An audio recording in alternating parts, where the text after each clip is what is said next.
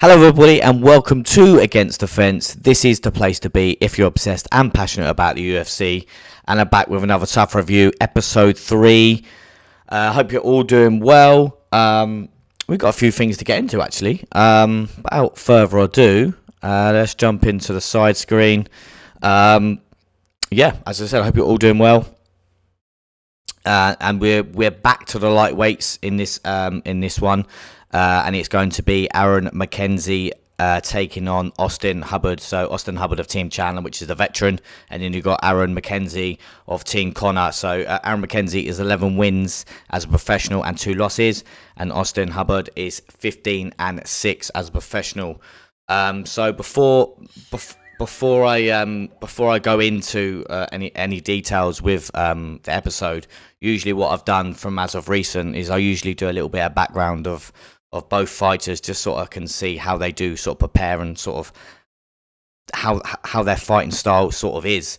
And just doing a little bit of tape on old McKenzie, Aaron McKenzie, and he does have a lot of Austin Hubbard. He does start off with low leg kicks most of his bouts, which is quite interesting because as soon as the episode started, we saw that they got into their routine straight away from the back. The episode started with them training, and Team Conor and his coaches were getting McKenzie reading low kicks and sort of bouncing off of low kicks and trying to, every time they were training the low kick, they were getting McKenzie to throw an overhand right or catch the kick, go for the takedown, and sort of working off them low leg kicks, and exactly what I thought they would do, because obviously doing tape on Hubbard, he throws a lot of low kicks, and obviously me doing tape, they've obviously done their tape as well, because they're recognising that these low leg kicks from Hubbard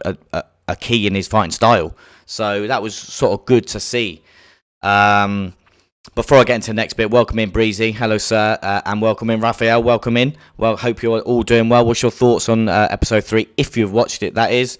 We're sort of getting to the nitty-gritty sort of stages, and we're sort of seeing more and more fighters now, and we can sort of see who is contenders and who are not. And for me, Austin Hubbard is a bit of a contender in this.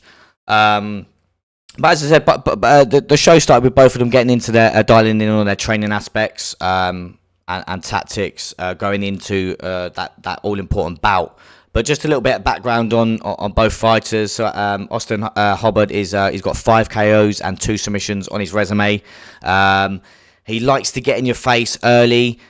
He doesn't let you sort of settle and get into your own sort of rhythm. So, which is very key in certain fights, obviously, especially in something like as big as the Ultimate Fighter as well. Obviously, for these prospects, the pressure of fighting these veterans is going to be tough enough, let alone obviously being on the Ultimate Fighter. So the nerves could kick in for these prospects, and obviously these veterans have been there and done that, and that's what could relax these fighters in.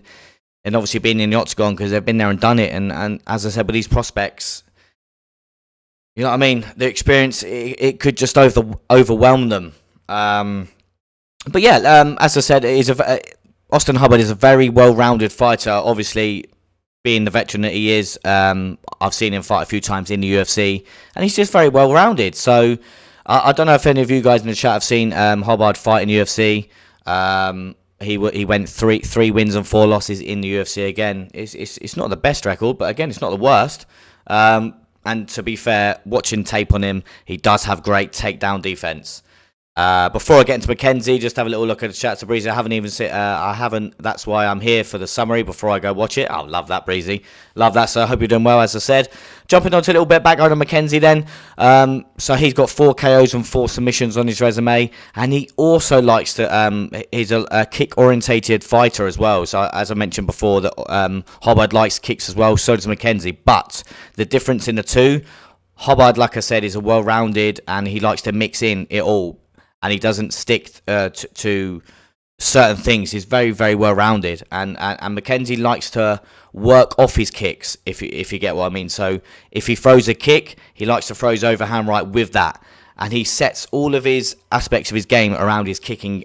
So he will go for a low kick and then as soon as he throws that low kick, he was shooting for a takedown, and then when he's standing up and attacking, sometimes, as I said, throws that low kick, comes up with that overhand right. So again, we could see that in the fight. I was expecting it.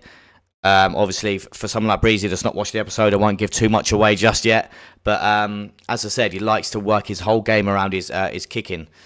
Breezy goes, by far not the worst UFC record. Strange, that's decent UFC record. That's 4 and 3 straight losses. Yeah, it's crazy. Like I said before, I'm not sure if you were with me on the last episode where it was meant to be Timur Valiev.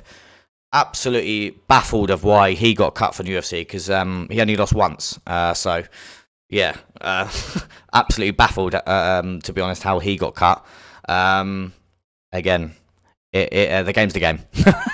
But yeah, as I said, like I said, just a little bit of background on him, and he also does have very good jiu-jitsu skills, and he's very good in the grappling in the game, having 4 submission wins on his resume. Love that, Breezy. Yeah, so that's how the show started. It started off with both of them dialing in on their tactics for both aspects, and then that all-important bout. After that, we also, as you see the thumbnail, we got into a little bit of background of Conor McGregor, and there was this young lad that liked to create figurines of Conor. So obviously Conor met this kid, met his friends, and they all just sat down, and this kid just decided to show Conor the figurines that he's made. And obviously, again, if you earn the money that Conor does, we all saw the thumbnail. Would you buy these figurines off this young boy for 1,200? Let me know. But again, that's just a little interesting take to see why they added that in there. But again, if we was all earning the money that Conor was, don't get me wrong, I think we all probably would, you know. Jumping away from that anyway. A little bit more, like I said to you a second ago, with the veterans. So, as always, the show implements a little bit of background story on the fighters, so it sort of shows their home life, shows the organisations they're fought in. Obviously, this is more for the prospects really than the veterans, because obviously we've seen them fighting in the UFC and in other big top organisations. But just another one to throw out there in the chat as well. Do you think, obviously, with these veterans being in there, it's going to just stifle these prospects, because you've got Austin Hubbard that's training with the likes of Justin Gaethje. So it's like these veterans, the veterans in themselves, but then they're still training with the top level guys. And not to say some of the prospects are not, but it's just obviously watching the background of Austin Hubbard. He's training with the likes of, like I said, training with Gaethje. And these prospects, I didn't see many top athletes that these prospects are training with. So that begs the question, like, obviously we've seen 2 episodes already, and Chandler's won 2, and the veterans are 2-0 up in the series, and it just goes to show there is levels to this game, and it truly feeds off that. There is levels to this game, and we are kind of seeing it, because like I said, Chandler's 2-0 up, the veterans are 2-0 up. Are they going to go 3-0 up? Let me hear you. Do you think they go 3-0 up? Breezy, do you reckon they go 3-0 up? Obviously, you've not watched the episode yet, but, you know, it just begs that question, doesn't it? And also, just an interesting point, just to hear your thoughts, Breezy, as well. Do you like them implementing the background stories of the fighters, or are you one of them? Because I had another guy, I can't remember his name, he come into the chat the other week, and just said about he's not really bothered about the background of the fighters. He just wants to see the fight. So again, another guy that just wants to see the fight, if you get what I mean. So again, it's one of them things. It's one of them things. But like I said, we got old Austin Hubbard here, taking on Aaron McKenzie. Oh, you got a nice little name there. Yeah, love that. That's exactly who Angus was on about as well. So I think that's the name that crept up as well. Another prospect. But yeah, as I mentioned, we got Aaron McKenzie taking on Austin Hubbard. Let's get into the fight then, shall we? Let's get into the fight. So, early doors, round 1. As I said, that McKenzie likes to implement his kicking game, and he works off that. And he starts off throwing low calf kicks, and then shoots in for the takedown. As we see here, he's gone to try and get Austin Hubbard down to the mat. and he's trying to use him up, pressure up against the cage, trying to get him down, and that happened for about 2-3 minutes of the very first round. So again, a very good start for him. And to be fair, I know they're not the best quality pictures, but you see there in the bottom picture, you see Conor McGregor, and this is the first time I've really heard him sort of get involved. And he was very animated on the sidelines, and it's the first time I've seen him sort of voice his opinions and sort of get amped up. I'm not sure if anyone else has seen the episode, but obviously everyone knows that I'm a big Chandler sort of coaching fan. I love how he coaches, really dialed in. But yeah, as I said, that's the first time I've seen Conor on his feet, proper getting involved, encouraging his fighter. But yeah, I'm impressed. I was impressed from Conor halfway through the episode, watching him get involved like that. Jumping on to the chat. Welcome in, Wales, New Jersey. Welcome in, son. Hope you're doing well. All right, Ash McGregor down 3. Can he come back from it? Good season so far. Exactly. I'm just about to get onto that, buddy. But yeah, as we see there, that was the sort of start of the first 2-3 minutes of the very first round. Mackenzie had a very good start to the round. But then, yeah, it kind of went sideways a little bit there towards the end of the very first round. We saw, as you see there in the top picture, Austin Hubbard landed a beautiful timed uppercut.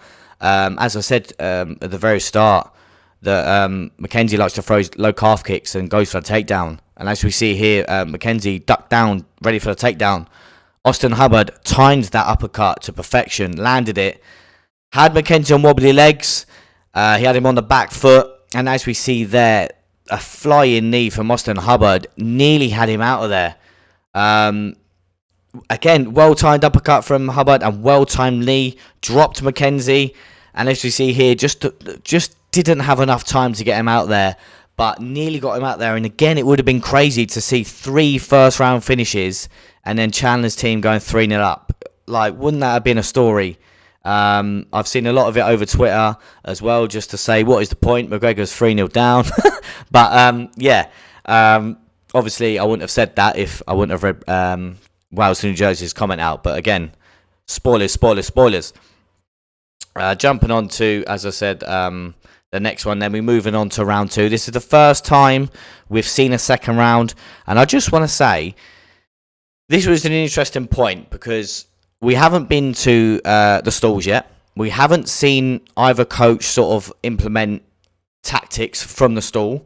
So it was very interesting to see what Conor McGregor would do. Obviously, we've all seen, and we've all seen from me, I was impressed from Conor actually encouraging his fighter from the sidelines and actually getting amped up, encouraging. But then we got to the stalls. We didn't see Conor in there. Conor didn't go into the cage. He stayed in the sidelines and he let his team deal with it. So again, let me hear your thoughts on that. Is that a game changer when you've got your actual coach in there giving you the tactics rather than your team?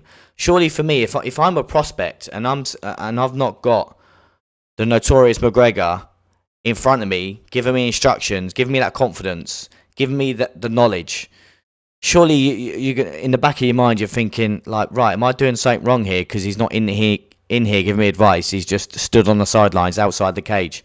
Let me hear you in the chat. What's your thoughts on that? Because my opinion on that is that McGregor needs to be in there. He needs to be in there, dialing in, saying, look, this is where, this is how you got caught. This is where you went wrong. This is what you need to do. And again, I know his team's going to do that. I know his coaching staff are going to do that. But again, it's going to give you more sort of will to go if McGregor's there doing that. Surely not, right? Me so, yeah, 100%. But yeah, as I said, Chandler was in there, giving him the right advice, giving him a pat on the back, hyping him up for the second round, because obviously he had a great end to that first round, Austin Hubbard. Obviously, dropping his opponent and nearly getting him out there. Welcoming T, hope you're doing well, sir. And again, just like the very first round, we move on to the second round, and Mackenzie had a very good start to the round. Like I said, them low kicks, setting it up. What does he do when he goes for that low kick? He goes for that takedown, and the entry is there. And as when I said before, doing tape on Austin Hubbard, he has great takedown defense. And throughout the whole fight, Austin Hubbard's takedown defense was on point. But But again, he had a great start to the round, and obviously we see there in the top picture, it was in the corner of Chandler. Chandler again shouting tactics, shouting what you need to do. Grab the hands. Again, spot on tactics from Chandler there. But yeah, we move on to the latter end of round 2, and again the tables turn. The tables turn again. The start of the second round, Mackenzie had a very good start, but then the latter end of the second round, Austin Hubbard managed to turn the position around against the cage and managed to get an outside trip and takes down Mackenzie and finishes the round on top again with great elbows, great ground and pound strikes. What you want to see from the veteran, again, this is what I'm saying, there's levels to this game, and I just think when you're on the mat and you're not getting instructions from the likes of Conor. As I said before, in the very first round, he did get amped up, and it was good to see. Like I've said before, it was good to see Conor get involved a lot more than he has. Again, if you've watched the episode, you will understand what I mean. Like, he doesn't get involved as much as he can. He seems like it, but to me personally, I don't think his head is in there. But again, that's just my opinion. Again, I'd love to hear your opinions. Again, like I said, opinions matter most over here at ATF. Breezy says, only explanation is that if some of the fighter have been selected by Conor, this will be fighters, usually corner. It might be, yeah, exactly. Which is the very first episode, which I forgot to mention about. There was some of the cast that Conor managed to get rid of and put his own guys in. Like you said there, spot on, Breezy. Like, again, he may not have been there just purely because he's told them what to do and they should stick to the game plan. But again, I'd rather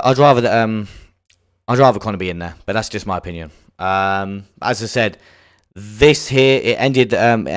Austin Hubbard ended the round on top, and I think we all know where this is going. Austin Hubbard picking up unanimous decision win. Didn't need a third round. Obviously, great performance from Hubbard. He's so well rounded, and we can kind of sort of gauge now. We've seen 3 fights, and you can kind of see, because we've had 2 bantamweight fights. 2 lightweight fights. Sorry. Kind of see obviously the veterans. You see the striking ability of Roosevelt Roberts, and then you see the all-round game of Austin Hubbard. You can sort of see the differences in some of these fighters, and I'm watching Austin Hubbard there. He's so well rounded. His takedown defense was on point. He mixes in his strikes so well. He could be a contender to go all the way. Don't get me wrong. Do not get me wrong. He could go all the way. I know we've only seen 2 lightweights, but it could be an early call from Mr. Easton over here. Austin Hubbard is a dark horse in this. I tell you, he could go all the way. But as I said before, this is what we see here now. Obviously, 3 lit up over there on the right-hand side. 4 Team Chandler. He goes 3-0 up in the series. His veterans are moving on. As I've said before, there's levels to this game, and these veterans are just taking over. What can we say? Breezy, what can we say? I know, obviously, spoilers alert. Obviously, you've now seen who wins, but again, like I said, it's just crazy to think that this is what I'm going to say every episode. I love the way that Chandler fights, and if you were here for my last episode, I put a picture in. Even though Cody Gibson won of Team Chandler, even after the fight, walking all the way to the locker rooms at the back, Chandler had his arm around Gibson, and he was dialing in on where he could improve on, even though he had a first round KO. Like, come on now. And it just shows it. Again, with Austin Hubbard, just shows how good of a coach Chandler is. And let me hear your thoughts on, do you think that Conor can come back from this? Or do you think that Team Chandler is just going to run away with it? Honestly, Chandler's he's just so good as a coach, and he dials in on what he needs to dial in on. And honestly, let me hear you. If you're still there, T, let me hear you. Breezy, let me hear you. Raphael, Wales, let me hear you if you've seen any episodes and what you can sort of gauge from it. And also, I've got another question for you guys. If you've let me get it back up. Let me get it back so you can see. So, who there on the left-hand side of Team Chandler, of Team Conor, is going to get Conor his first win? Can we see anyone there that sticks out? Can we see anyone that can get Conor his first win? Honestly, I do not know. I could not tell you. I couldn't tell you. I really could not tell you. Let me hear you in the chat. Can you see someone there that is gonna sort of get a win for Team Conor? Or is there anyone there that sticks out on the right hand side again for Team Chandler that could go all the way as well? Like I said, Austin Hubbard. I'm telling you. But that concludes the episode. Third episode. Not a clue, says Breezy. Love that. But yeah, if you watched the last episode, then we was meant to have Trevor Wells taking on Timur Valiev, and obviously that fight fell through because Wells had a bit of a sore on his cheek. Again, let's hopefully that is died down and they can go to war.